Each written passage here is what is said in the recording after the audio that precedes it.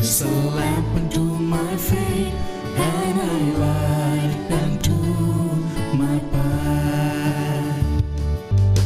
Thy word is a lamp unto my feet, and a light unto my path.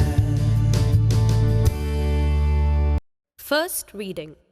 A reading from the book of Genesis, chapter 1, verses 20 to chapter 2, verse 4. God said, "Let the water teem with an abundance of living creatures, and on the earth let birds fly beneath the dome of the sky."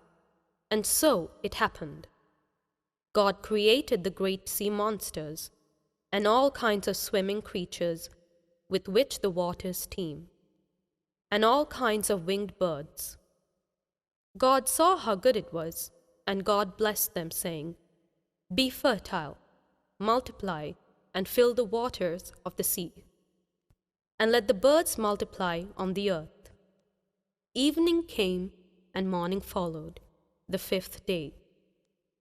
Then God said, "Let the earth bring forth all kinds of living creatures, cattle, creeping things, and wild animals of all kinds."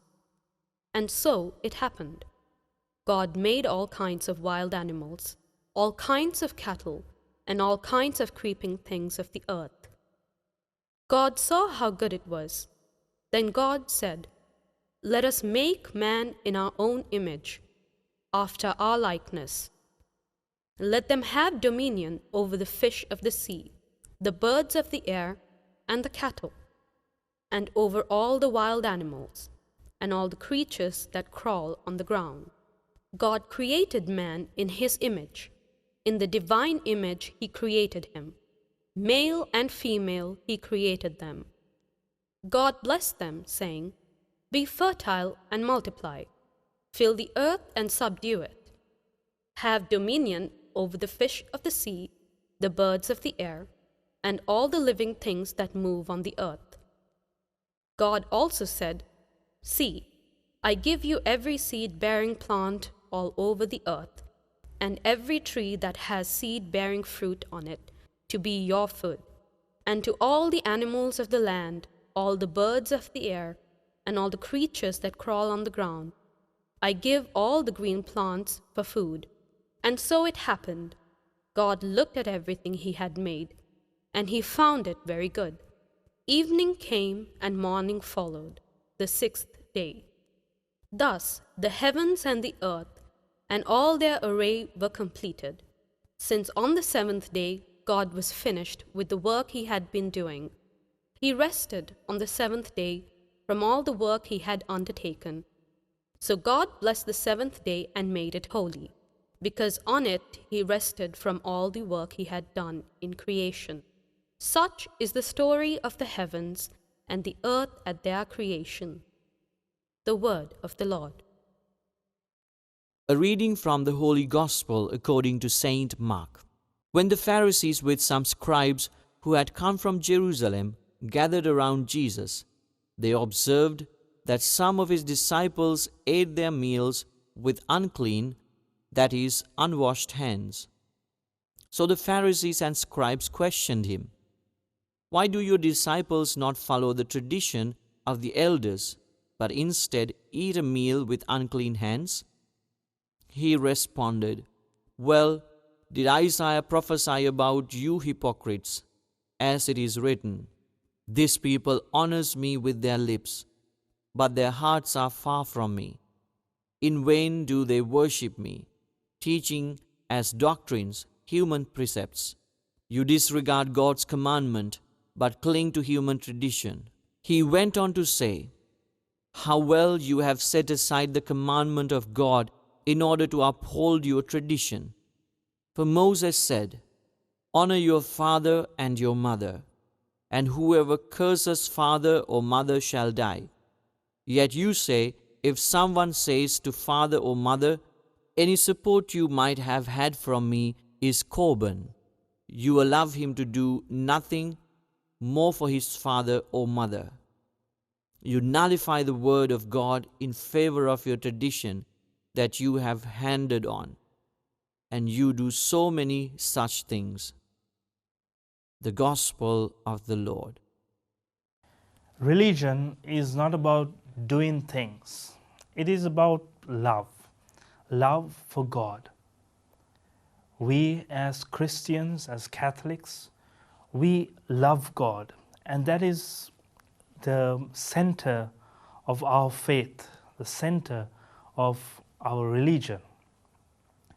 It is not about doing things, going to Mass, going for confessions, going to prayer, praying our rosary, even as loving our own parents and loving ourselves, keeping the commandments, keeping with the church. These are all doing things. When we put these things at the forefront, at the first, then we forget why we are actually doing these things. This is what happened to the Pharisees. They obeyed the law. They obeyed it to the letter. They obeyed Moses' law. But later on, they forgot why they are actually obeying the law. Why did God give them the law in the first place? God gave them the law to love the Lord. When they forgot that, they forgot about His love. They forgot to give their hearts to the Lord. Instead of giving their hearts to the Lord, they started doing all kinds of things just to please themselves, to please their elders. Now we might fall into this same trap of the devil. We might think that if we go for Sunday Mass, that is enough. If we go for a confession regularly, that is enough. We might think that if we just go and pray a few words, do our holy hour, pray the rosary, that is enough. But that is not enough. We must love the Lord, and because of that love, we must go for Mass. And because of that love that we have for Him, we must pray the rosary, we must make a holy hour, we must get up early morning and pray.